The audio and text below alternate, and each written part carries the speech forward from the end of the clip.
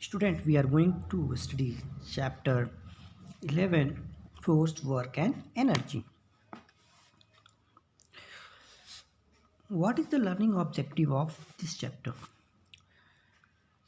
The learning objectives of this chapter are: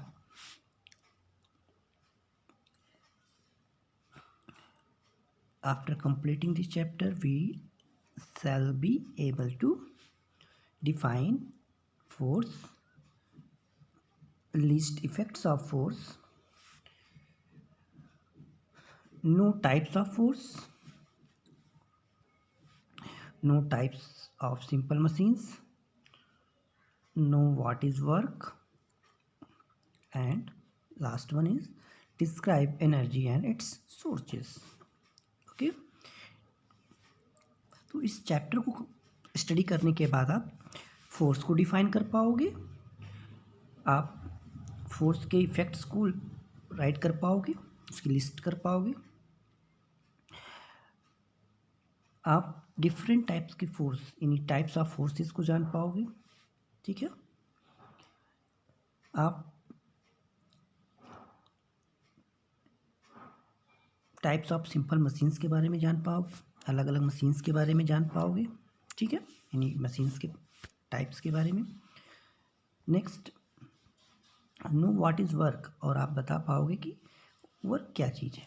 ठीक, describe energy and it's sources, हम energy और उसके source के बारे में भी बता पाएंगे. ओके, चलिए स्टडी करते हैं हम force. In our daily life, we see many objects around us like book, desk, chairs, and school bags. They do not move on their own. They need a push or a pull to move. Okay? तो आप देखते हो daily life में आपकी बहुत सी चीज़ें आपके चारों तरफ होती हैं. ठीक है, जैसे कि बुक्स, डेस्क, यहाँ पर डेस्क होती हैं, चेयर्स होती हैं, स्कूल बैग्स होते हैं.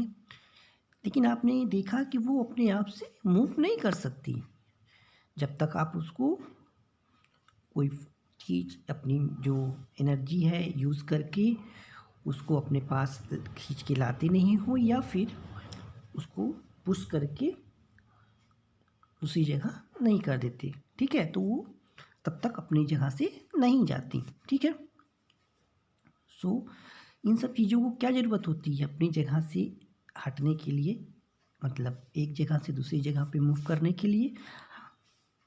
दे नीड ए पुश और अ पुल टू मूव. इनको एक पुश चाहिए होता है, एक धक्का चाहिए होता है, या एक खिंचाव चाहिए होता है जिससे कि वो अपनी जगह से मूव कर सकें. जैसे कि आप देखते हो जब आप अपने डोर को पुश करते हो या पुल करते हो तभी वो बंद होता है या खुलता है. ठीक है, सो ए पुश और a pull applied on a body is called force. तो जब आप किसी बॉडी के ऊपर पुश या पुल को अप्लाइड करते हो तो यही क्या कहलाता है, फोर्स कहलाता है. ठीक है, तो जब आप देखते हो कि आपका दरवाज़ा अगर बंद है अंदर से तो आप उसको पुल करके खींचते हो और वो खुलता है. फिर अगर आप बाहर हो तो अगर आप उसको पुश करते हो तो फिर वो खुलता है, तो फिर आप अंदर आ जाते हो. ठीक है, तो जो आपने पुश किया या पुल किया तो ये क्या हुआ, आपने उस पर फोर्स लगाया. ठीक, इफ़ेक्ट्स ऑफ फोर्स. आइए इफ़ेक्ट्स ऑफ फोर्स के बारे में जाने कि आखिर इस फोर्स का इफ़ेक्ट क्या होता है. ठीक है, effects of force. Force can move an object at rest. Okay, force क्या कर सकता है, कोई भी चीज़ रुकी हुई है उसको मूव करा सकता है. ठीक है, आप देख रहे हो force can move an object at rest. ठीक है, अगर कोई चीज़ रुकी हुई है तो उसको ये मूव करा सकता है. ठीक, force can speed up a moving object. Force क्या कर सकता है किसी भी मूविंग ऑब्जेक्ट की स्पीड को बदल सकता है, ठीक है। अगर आप उसको रोकना चाहेंगे तो रुक जाएगी, अगर आप उसको और तेज करना चाहोगे तो वो और स्पीड पकड़ लेगी, ठीक है। Next, force can change the direction of a moving object, ठीक। तो फोर्स जो है किसी मूविंग ऑब्जेक्ट की डायरेक्शंस को भी चेंज कर सकता है, ठीक। मतलब ये डायरेक्शन को चेंज भी कर सकता है, ठीक है। किसी रुकी हुई चीज़ को चालू कर सकता है फोर्स, और किसी चलती हुई चीज़ की स्पीड को भी बढ़ा सकता है, ओके। नेक्स्ट देखते हैं,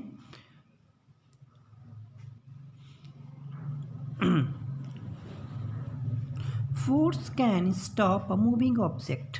फोर्स क्या कर सकता है? फोर्स जो है मूविंग ऑब्जेक्ट को रोक भी सकता है, जब वो स्पीड कर सकता है तो वो उसको रोक भी सकता है। Force can change the shape of an object, और फोर्स जो है किसी भी चीज़ की, कोई भी अगर ऑब्जेक्ट है उसके शेप को चेंज कर सकता है, ठीक है। Force can slow down a moving object, ठीक है। और फोर्स क्या है? एक चलती हुई चीज़ को या चलती हुई चीज़ को रोक सकता है या उसकी स्पीड को स्लो भी कर सकता है, ठीक है। चलिए आइए नेक्स्ट देखते हैं,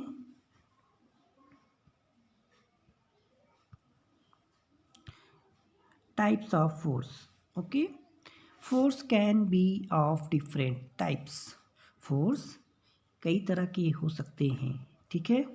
मतलब अलग अलग तरीके के फोर्स हो सकते हैं।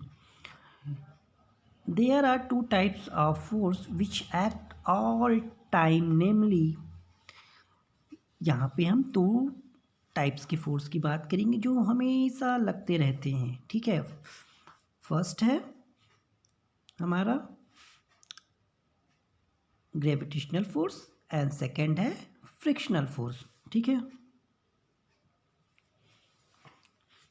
पहला फोर्स क्या है हमारा? Gravitational force, and second one is frictional force, okay. तो आइए ग्रेविटेशनल फोर्स की बात करते हैं। What is gravitational force? When we throw a ball upwards, it comes down on its own. Why does it happen? It happens because the earth pulls the object towards it. The force by which the earth pulls the object towards it is called gravitational force. Okay, आपने देखा होगा कि जब आप ball, जो अपनी ball को है ऊपर की ओर फेंकते हो, यानी अपवर्ड्स, जब ये जाती है तो फिर वापस दोबारा लौट के कहाँ आती है? नीचे आ जाती है, ठीक है, ऑन अर्थ पे। It happens because the earth pulls the object towards it. ये क्यों होता है? ये इसलिए होता है क्योंकि जो है अर्थ सभी चीज़ों को अपनी ओर खींचती है, ठीक है। कोई भी ऑब्जेक्ट हो अगर ऊपर फेंका जाएगा तो वो नीचे ही आ जाएगा, ठीक है। तो आप देखते हो, आप जब भी किसी भी चीज़ को ऊपर फेंकोगे तो अर्थ जो है उसको अपनी ओर खींचती है। The force by which the earth pulls the objects towards it is called gravitational force और ग्रेविटी, ठीक। तो ऐसा फोर्स जो अर्थ के द्वारा, यानी अर्थ जो है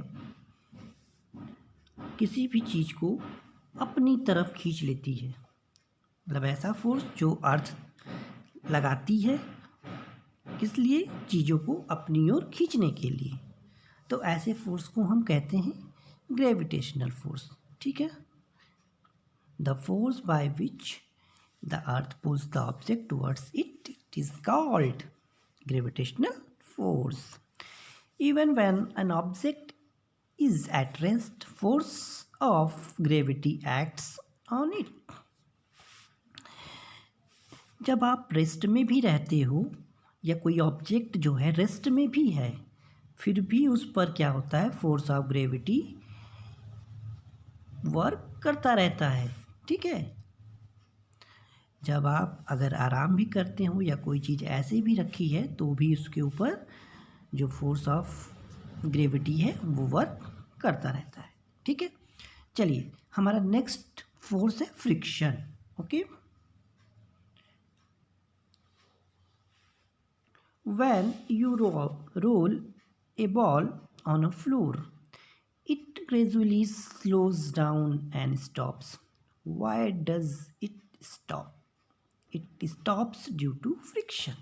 Okay, जब आप किसी बॉल को एक फ्लोर पे, ठीक है, एक बॉल को आप जब फ्लोर पे डालते हो यानी पुश करते हो तो क्या होता है, वो रोल करने लगती है बॉल। ठीक है, बट कुछ समय बाद यानी ग्रेजुअली धीरे धीरे क्या होती है, वो स्लो डाउन हो जाती है, और स्लो डाउन होने के बाद वो क्या होती है, स्टॉप हो जाती है। ठीक है, वाई डज इट स्टॉप, वो रुक क्यों जाती है। It stop due to friction, वो फ्रिक्शन के कारण रुक जाती है। ठीक है, friction is a force that tries to stop a moving object. ठीक है, फ्रिक्शन एक ऐसा फोर्स है जो मूविंग ऑब्जेक्ट को रोकने की कोशिश करता है। देखिए यहाँ ट्राइज लिखा हुआ नहीं, ट्राई करता है, क्या करता है, फ्रिक्शन ऐसा फोर्स है, क्या है, friction is a force that tries to stop a moving object, जो मूविंग ऑब्जेक्ट को रोकने का क्या करता है, कोशिश करता रहता है। ठीक, चलिए नेक्स्ट,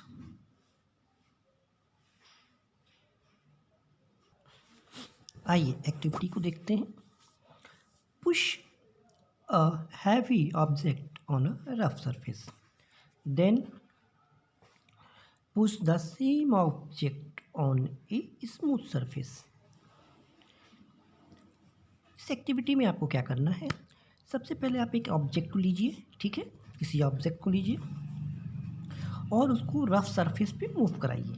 ठीक है, जब आप इस पे मूव करा लेते हैं फिर इसके बाद आप उसी सेम ऑब्जेक्ट को स्मूथ सरफेस पे मूव कराइए।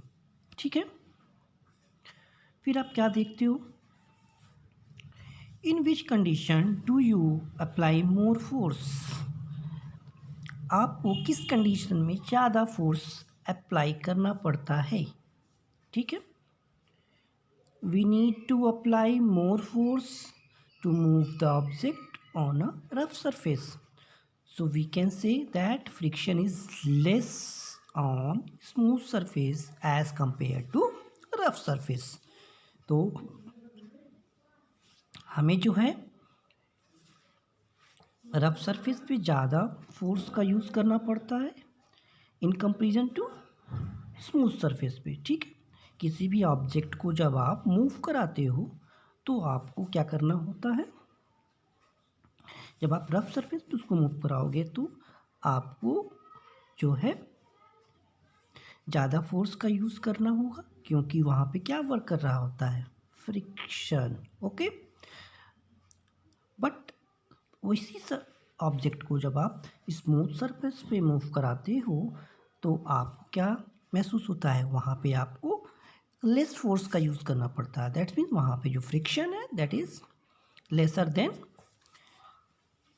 Rough surface. ओके, तो देखिए यहाँ पे लिखा हुआ है friction is less on smooth surface as compare to rough surface. ठीक है, तो आप यहाँ पे देख सकते हो कि जो फ्रिक्शन होता है वो स्मूथ सरफेस पे कम होता है in comparison to rough surface. Okay,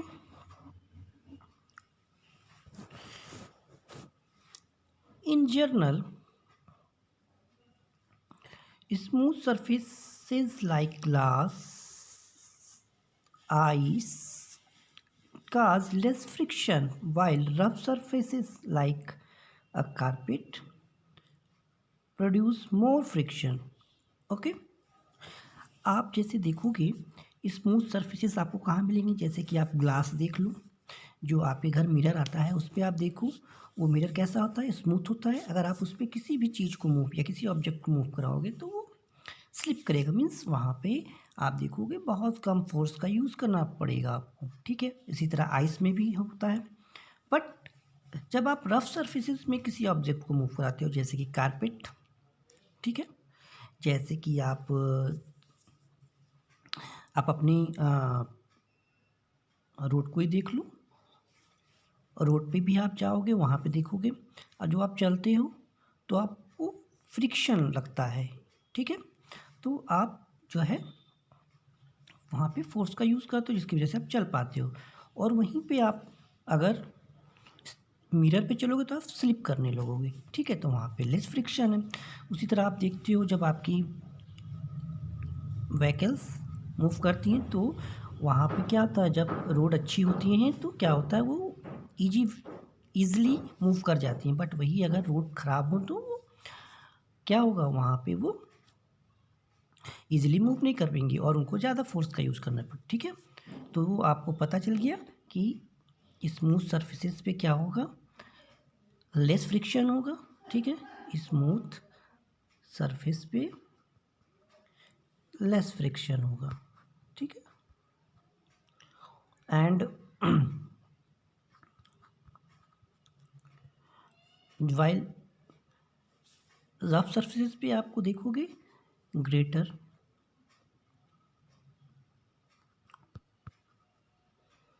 friction होगा, मीन्स जो वैल्यू होगी फ्रिक्शन की वो क्या होगी, वो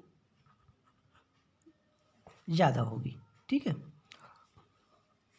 In our daily life, it is not possible to do certain activities in absence of friction. हम डेली लाइफ में बिना फ्रिक्शंस के बहुत से वर्क नहीं कर सकते, बहुत सी एक्टिविटीज़ को नहीं कर सकते। जैसे कि अगर आप डांस करना चाहो किसी भी सरफेस पे, अगर फ्रिक्शन नहीं होगा तो वहाँ पे क्या होगा, आप स्लिप कर जाओगे, डांस नहीं कर पाओगे, रोड पे नहीं चल पाओगे, ठीक है, कहीं भी मूव नहीं कर पाओगे। आप जैसे व्हीकल में भी जाते, मतलब किसी भी टू व्हीलर फोर व्हीलर किसी में भी जाओ, अगर वो रोड पे अगर फ्रिक्शन नहीं होगा तो क्या होगा, गाड़ियाँ जो हैं स्लिप करना शुरू कर देंगी, ठीक है। तो writing on rough surface is easier than writing on smooth surface. तो आप यहाँ पे देख रहे हो क्या कह रहे हैं कि रफ सरफेस पे जो है लिखना बहुत आसान होता है in comparison to smooth surfaces, okay. It is difficult to walk on very smooth surface as compare to rough surface. देखिए मैंने आपको बताया था कि स्मूथ सरफेस पे जो है चलना आपको बहुत डिफ़िकल्ट होता है in comparison to rough surfaces. We can slip on a smooth surfaces as it causes less friction. हम जो है स्मूथ सरफेसेस पे क्या हो जाते हैं, स्लिप कर जाते हैं, ठीक है, क्योंकि वहाँ पे लेस फ्रिक्शन होता है, ठीक है। तो आपको अगर लेस फ्रिक्शन मिलता है तो आपके लिए डिफ़िकल्टी होने वाली है, क्योंकि आप वहाँ पे वॉक नहीं कर पाओगे, ठीक है, स्लिप कर जाओगे, ठीक। चलिए आइए, so our next topic is simple machines. Simple machines are the devices that make our work faster and easier, ठीक है। सो सिंपल मशीन वो डिवाइसेस होती हैं जो हमारे वर्क को फास्टर और ईजियर बनाती हैं, ठीक है।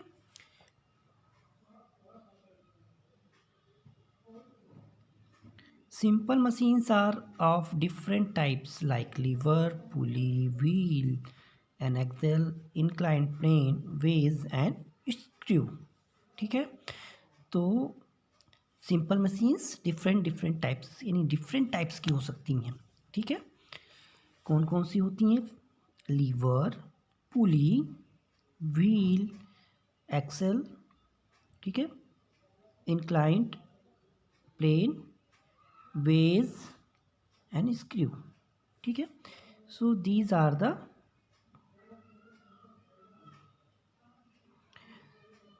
Example of the simple machines, okay.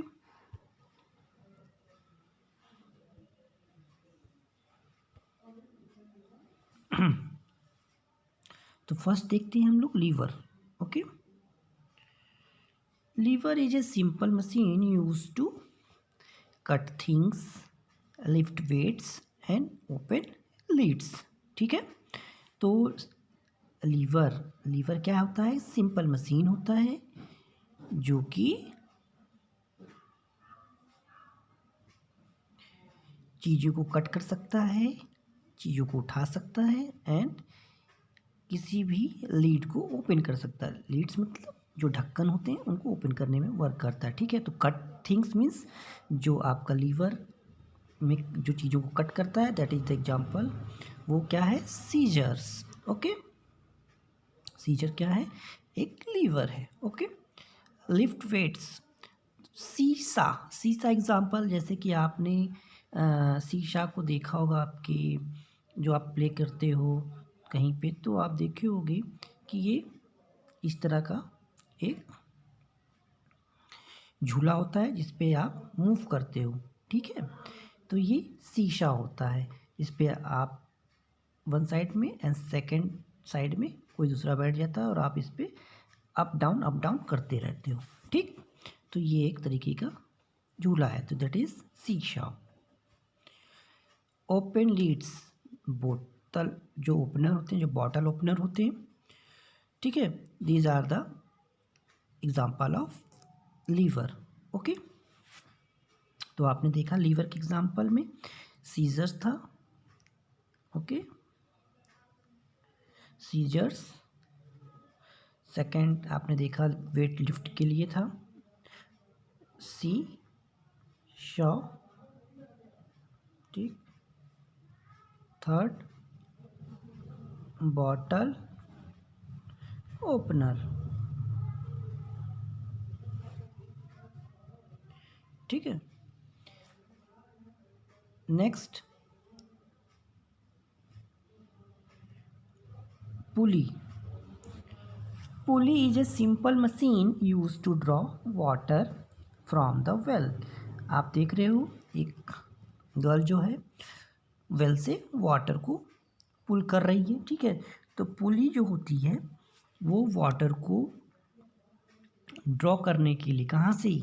Well से यूज की जाती है, ठीक है।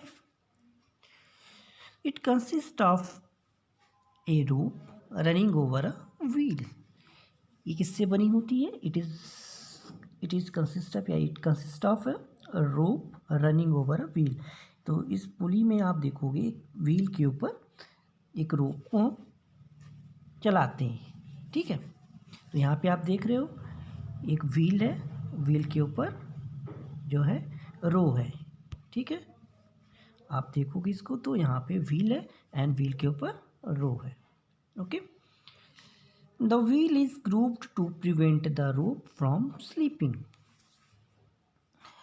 जो इसके ऊपर जो है व्हील में क्या होते हैं? ग्रुप्ड होते हैं, ठीक है। ग्रुप क्या करते हैं? वो प्रिवेंट करते हैं रोप को स्लिप करने से, ठीक है। छोटे छोटे वहाँ पे क्या होते हैं? छोटे छोटे वहाँ पे ग्रुप बनाए जाते हैं, छोटी छोटी जगह बनाई जाती हैं ताकि क्या हो, जो ये हमारी रस्सी है इस पर स्लिप ना करे, ठीक है। स्लिप से बचाने के लिए वहाँ पे ग्रुप्ड बनाए जाते हैं, ठीक है। inclined plane, an inclined plane is used to load heavy barrels, sacks,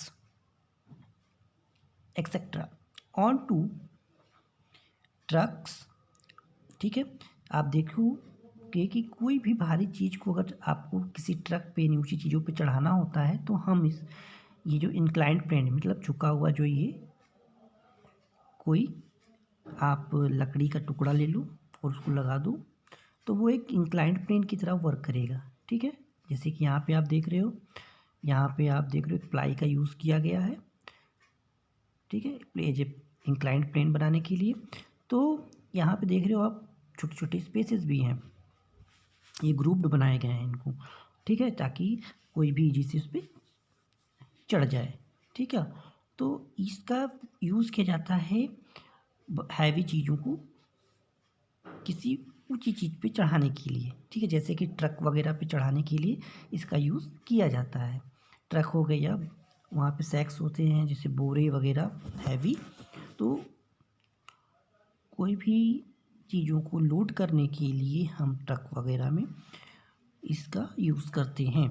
it is basically a slope over which a load can be pushed और पुल्ड ईजिली। तो आप देख रहे हो यहाँ पे एक स्लोप बनाया गया है, ठीक। ये क्या होता है? वुडन है, तो इस स्लोप का ये वुडन भी हो सकता है आयरन का भी हो सकता है। तो इसका यूज़ किया जाता है किसी भी लोड को पुश या पुल करने के लिए, ठीक है, ताकि वो ईजिली से उसके ऊपर लोड किया जा सके। ठीक, नेक्स्ट आप देखोगे स्क्रू। स्क्रू क्या करता है, देखिए, a screw is use to hold the things together. It is basically a nail with grooved cut into it. आपने देखा होगा जब आपके घरों में जो स्विचेस वगैरह का यूज़ किया जाए या फिर डोर्स वगैरह बनाई जाती हैं, तो आप देखोगे वहाँ पे कि स्क्रू का यूज़ किया जाता है। ठीक है, जैसे इस तरह का स्ट्रक्चर होता है, ठीक है, और यहाँ पे ग्रूव्ड होते हैं, वहाँ पे आप देखोगे ऐसे ऐसे करके ग्रूव बने होते हैं, ठीक है, और ये कैसा होता है, पॉइंटेड होता है, ठीक है। तो ये जो ग्रूव होते हैं ये क्या करते हैं, इनको जल्दी से बाहर निकलने नहीं देते, फंसा लेते हैं अंदर जाके, ठीक है। तो ये स्क्रू क्या करता है, किसी भी चीज़ को होल्ड करने के लिए इनका यूज़ किया जाता है, ठीक है। Screw is use to hold the things together, ठीक है। चलिए नेक्स्ट देखते हैं, next machine, wedge. A wedge is a simple machine used to cut things. For example, axe, knife, etc. It consists of two inclined planes that join to form a sharp edge at one end. ठीक है, यहाँ पे आप देखो veg क्या होती है, एक सिंपल मशीन होती है जिसका यूज़ किया जाता है चीज़ों को कट करने के लिए, ठीक है। It is a simple machine use to cut things, ठीक है, चीज़ों को काटने के लिए हम यूज़ करते हैं, कट करने के लिए करते हैं। फॉर एग्जांपल आप एक्स को ले लो, ठीक है, एंड नाइफ को ले लो, ठीक है। इसमें क्या होता है, ये दो झुके हुए प्लेन्स को ज्वाइन करके बनाया जाता है, ठीक है। जो इंक्लाइंड प्लेन्स होते हैं उनको ज्वाइन करके इनको हम बनाते हैं, जिसमें देखोगे एक साइड क्या होगा, एक साइड में ये शार्प होगा और एक साइड जो है ब्लंट होगा, और उसका यूज़ करेंगे हम उसको होल्ड करने के लिए, ठीक है। देखिए आप एक्स में ये दो प्लेन है, ठीक है, एक साइड आप देख रहे हो, ये वाला साइड क्या है, शार्प है, और ये वाला जो साइड है वो ब्लंट है, ठीक है। ये फंसाने के यूज़ किया है इन्होंने, ठीक है। तो इस तरह से आप देखोगे तो ये चीज़ों को कट करने में शार्प वाला जो एरिया होता है उसका यूज़ करते हैं कट करने के लिए चीज़ों को, ठीक। व्हील एंड एक्सेल, देखिए, a wheel and axle arrangement is made up of a wheel and a rod, ठीक है। इसमें आप देखोगे कि ये जो व्हील एंड एक्सेल अरेंजमेंट क्या होता है, ये मेडअप होता है, इसमें एक व्हील होता है, ठीक है, आप देख रहे हो व्हील है एंड व्हील के साथ एक्सेल है, ये रॉड जो है इसको बोलेंगे एक्सेल। और ये क्या करेगा, rod passes through the centre of wheel, और ये जो रॉड है कहाँ जा रही है, ये पास कर रही है इसके सेंटर से, एकदम बीचों बीच से निकलेगी, ठीक। The wheel rotates around the rod, और व्हील क्या होता है, इस जो रॉड है रॉड के अराउंड मूव करेगा। It helps to move heavy object, और ये क्या करेगा, किसी भी हैवी ऑब्जेक्ट को मूव कराने में हेल्प करेगा।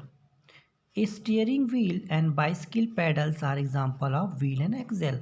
आप देखोगे कि जो आप साइकिल चलाते हो, जो बाइसिकल्स हैं, उनके जो पैडल्स होते हैं वो क्या होते हैं, वो एग्जाम्पल हैं, जहाँ पे चैन लगी होती है, आप देखोगे वो क्या होते हैं, एग्जाम्पल किसके हैं, व्हील एंड एक्सेल के, ठीक है।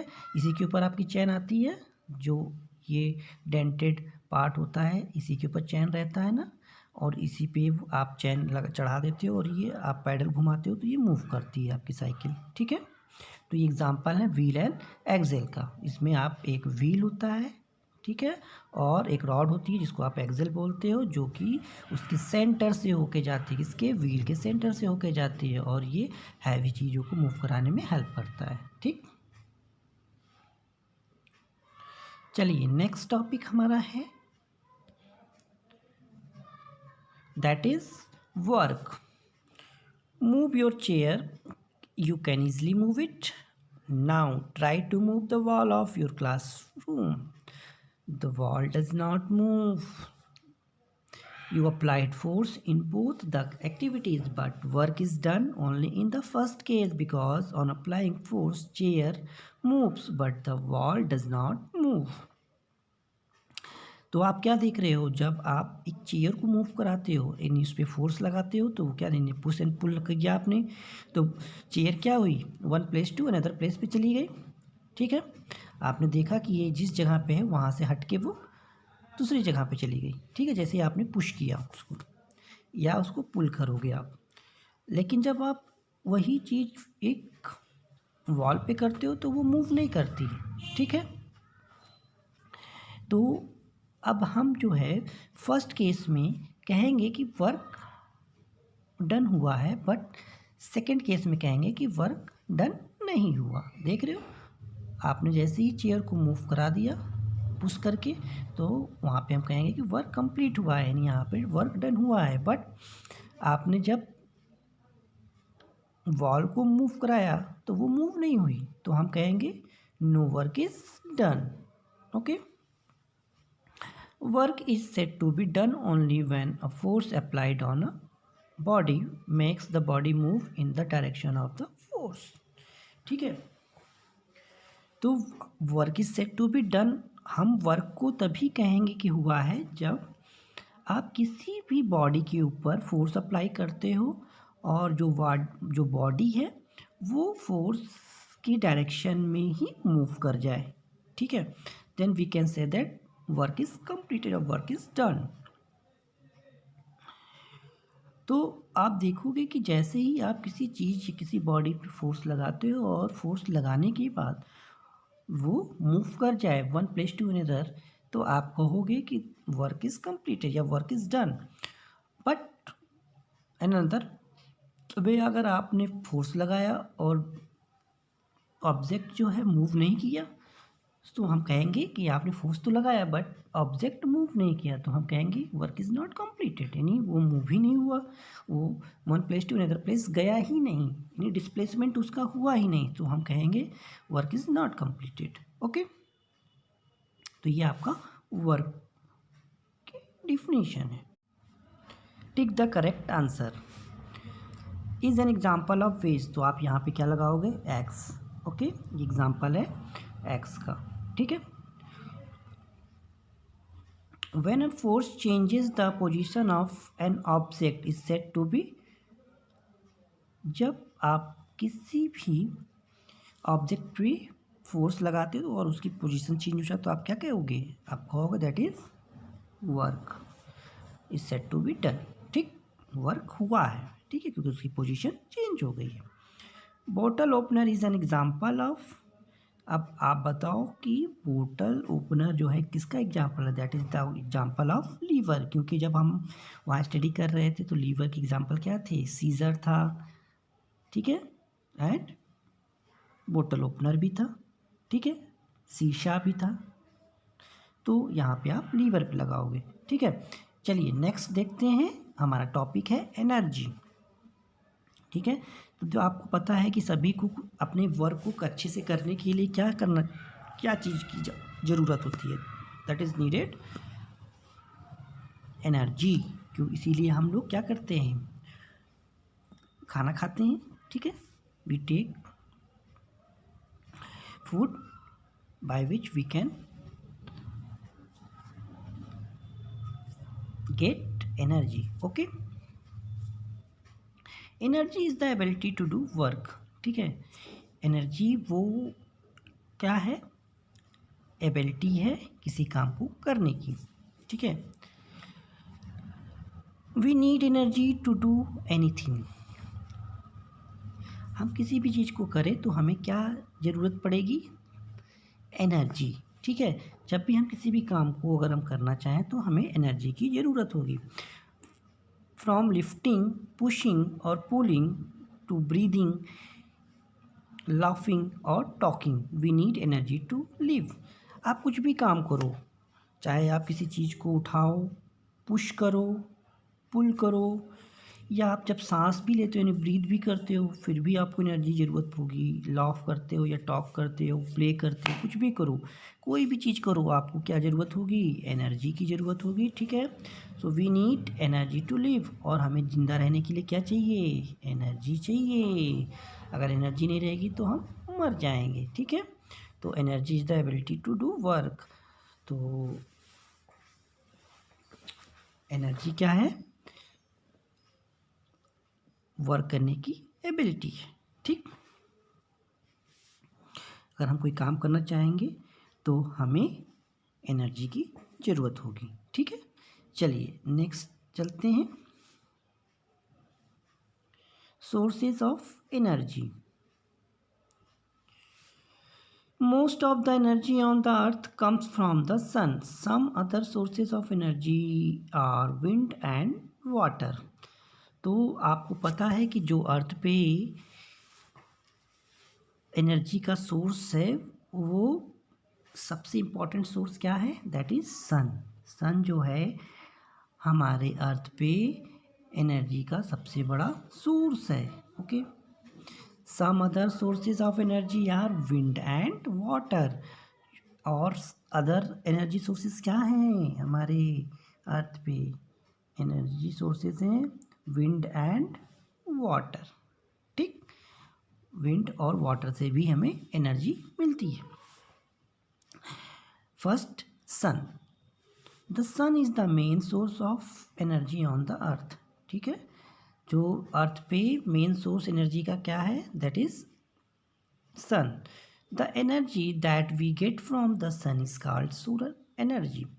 जो एनर्जी, ठीक है, सोलर एनर्जी हम उसे कहते हैं जो हमें सन से एनर्जी मिलती है, उसको हम सोलर एनर्जी कहते हैं। ठीक है। तो सन से मिलने वाली एनर्जी को हम क्या कहेंगे? वी से it solar energy. Plants use solar energy to make food in the green leaves. Solar energy is used in solar cookers and solar heaters for cooking and heating.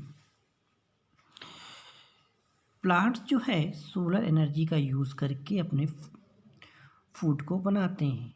ठीक है। और ये एनर्जी कैप्चर कौन करता है? Green leaves, क्योंकि उनके पास क्या होता है? क्लोरोफिल। ठीक। क्लोरोफिल क्या करता है? सन की एनर्जी को कैप्चर कर लेता है। So energy is used in solar cookers and solar heater for cooking. देखिए सोलर कुकर और सोलर हीटर्स में आप जो है सोलर एनर्जी का यूज़ करके आप चीज़ों को कुक कर सकते हैं, खाने को बना सकते हो और उसको गर्म भी कर सकते हो, हीटिंग भी उनका कर सकते हो। ठीक है। So solar cookers and solar heaters are for cooking and heating. They are used for cooking and heating. Solar energy can also be changed into other form of energy like heat energy, electrical energy and light energy. ठीक है। Solar energy को आप other forms में भी convert कर सकते हो, जैसे कि heat energy, electrical energy and light energy. ठीक है। तो आप जो है सोलर एनर्जी को आप डिफरेंट फॉर्म में भी चेंज कर सकते हो, जैसे कि हीट एनर्जी। ठीक है। हीट एनर्जी में चेंज कर सकते हो, इलेक्ट्रिकल एनर्जी में भी चेंज कर सकते हो आप। ठीक है। And third one, light energy. Light energy में भी चेंज कर सकते हो आप। Okay. Next, wind. Energy from the wind is called wind energy. जो एनर्जी हमें विंड से मिलती है that is called wind energy. It is use to move the fans on a wind mill. ठीक है। This helps to move the shaft of the generator which in turn produces electrical energy. ठीक है। जो wind energy है, इसका use कहाँ पे करते हैं हम? विंड मिल के फैंस को चलाने के लिए, ठीक है। It is use to move the fans of a wind mill. This helps to move the shaft of the generator. और ये क्या करेगा? ये जो है जनरेटर के शाफ्ट को मूव कराने में हेल्प करेगा, जिससे कि ये इलेक्ट्रिक एनर्जी को प्रोड्यूस कर सके, ठीक है। तो आप देखोगे कि जो विंड होती है उस एनर्जी का यूज़ विंड मिल के फैंस होते हैं, ये इनको मूव कराने का वर्क करती है। और ये जब भी मूव करेंगे तो ये क्या करेंगे? ये जनरेटर की जो शाफ्ट होता है उसको मूव कराएंगे, जिससे कि इलेक्ट्रिक एनर्जी प्रोड्यूस होगी। Okay. Water, flowing water also has a lot of energy. जो बहता हुआ जल है, यानी जो फ्लोइंग वाटर है, उसमें बहुत सारी एनर्जी होती है। It is called water energy और हाइड्रो एनर्जी। इसको हम वाटर एनर्जी या हाइड्रो एनर्जी कहते हैं। Energy of water falling from dams is use to rotate the turbines of the generator to generate electricity, ठीक है। तो जो डैम्स होते हैं उनसे जो बहता हुआ पानी है जो ऊपर से गिरता है डैम से, उसमें बहुत एनर्जी होती है और उस एनर्जी का यूज़ हम करते हैं जो टर्बाइन्स होती हैं उनके जनरेटर को चलाने के लिए, ठीक है। उन जनरेटर को चलाने के लिए हम यूज़ करते हैं, ताकि जब वो जनरेटर चलेंगे तो वो जनरेट करेंगे इलेक्ट्रिसिटी। ओके। तो जो डैम से गिरता हुआ पानी है उस एनर्जी का हम यूज़ जो टर्बाइन्स के जनरेटर होते हैं उनको रोटेट कराने के लिए हम करते हैं, ताकि वो जनरेट कर सके electricity. Electricity produced by the energy of flowing water is called hydroelectricity. Electricity जो प्रोड्यूस की जाती है फ्लोइंग वाटर की एनर्जी से, ठीक है, it is called hydro electricity. तो उसको हम हाइड्रो इलेक्ट्रिसिटी कहते हैं, ठीक। तो जो फ्लोइंग वाटर है उसकी एनर्जी से जो इलेक्ट्रिसिटी प्रोड्यूस्ड होती है that is called hydro electricity. Means जो बहता हुआ पानी है, तो बहते हुए पानी की एनर्जी से जो इलेक्ट्रिसिटी प्रोड्यूस्ड हो रही है उसी को हम हाइड्रो इलेक्ट्रिसिटी कहेंगे, ठीक। क्योंकि वो पानी से प्रोड्यूस हो रही है, इसीलिए हम उसको हाइड्रो इलेक्ट्रिसिटी नाम दे रहे हैं, ठीक है। नेक्स्ट टॉपिक है change of energy. Energy can be change from one form to other. Fuels like wood, coal and petrol have chemical energy, ठीक है। आपको पता है कि एनर्जी जो है उसका जो है फॉर्म चेंज हो जाता है वन फॉर्म टू अदर। मतलब जो एनर्जी होती है उसका फॉर्म जो है सिर्फ चेंज होता रहता है, वो कभी ख़त्म नहीं होती, ठीक है। बस उसकी फॉर्म में चेंजेज आ जाते हैं। जैसे कि आप देखोगे fuels like wood, coal and petrol have chemical energy. ये क्या होता है? इनके पास केमिकल एनर्जी होती है। किसके पास? वुड, कोल और पेट्रोल के पास, ठीक है। आप वुड, कोल एंड पेट्रोल के पास कैसी एनर्जी होती है? केमिकल एनर्जी होती है, ठीक है। This chemical energy changes into heat and light energy on burning the fuels. और जब ये केमिकल को हम जलाते हैं, इन केमिकल्स को हम जब जलाते हैं तो ये क्या प्रोड्यूस हो जाते हैं या किस में कन्वर्ट हो जाते हैं? They converted into heat and light energy. और ये क्या कन्वर्ट हो जाते हैं किस में? हीट और लाइट एनर्जी में कन्वर्ट होते हैं जब हम इनको बर्न करते हैं, ठीक है। This chemical energy changes into heat and light energy on burning the fuels, ठीक। When we switch on electric bulb, जब आप किसी भी इलेक्ट्रिक बल्ब को ऑन करते हो, it gets lighted because the electrical energy of bulb changes into light energy. जब आप स्विच ऑन करते हो नहीं इलेक्ट्रिक बल्ब क्या होता है? जल जाता है, ठीक। It gets lighted because the electrical energy of bulb changes into light energy. तो आप देख रहे हो वहाँ पे क्या हो रहा है, जो इलेक्ट्रिक एनर्जी है, ठीक है, जो इलेक्ट्रिकल एनर्जी है वो कन्वर्ट हो जा रही है लाइट एनर्जी में, ठीक है। तो यहाँ पे एनर्जी का फॉर्म चेंज हो जा रहा है। यहाँ पे आपने देखा जो केमिकल एनर्जी थी वो किस में कन्वर्ट हो गई, आपकी हीट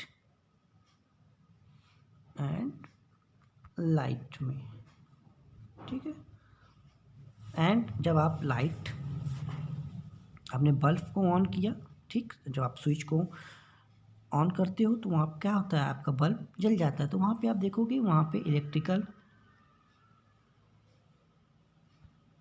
एनर्जी जो है कन्वर्ट हो गई किस में, दैट इज लाइट एनर्जी में। तो यहाँ पे क्या हो रहा है, सिर्फ एनर्जीज का फॉर्म चेंज हो रहा है, ठीक है, बट ये ख़त्म नहीं होती हैं, ठीक है।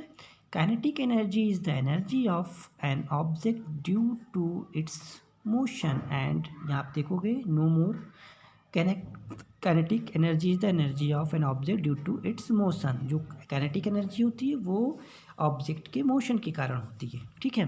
And potential energy is the energy of an object due to its position. और जो पोटेंशियल एनर्जी होती है वो उसकी पोजीशन के कारण होती है। जैसे कि आप देखोगे, आप जब एक की वाला टॉय आता है उसमें जब आप की पूरा प्रेस करते हो, ठीक है, मूव कराते हो उस की को, तो वो एक पोजीशन बन जाती है और जैसे ही आप उसको छोड़ते हो वो फिर चलने लगता है, ठीक है। तो उसमें एक एनर्जी आ जाती है, किसकी वजह से, एक पोजीशन की वजह से। Some other form of the energy are magnetic, chemical, nuclear and atomic energy. और एनर्जी कुछ अदर फॉर्म्स और भी हैं, जैसे कि magnetic energy, chemical energy, nuclear energy and atomic energy. These are the other forms of energy. Okay.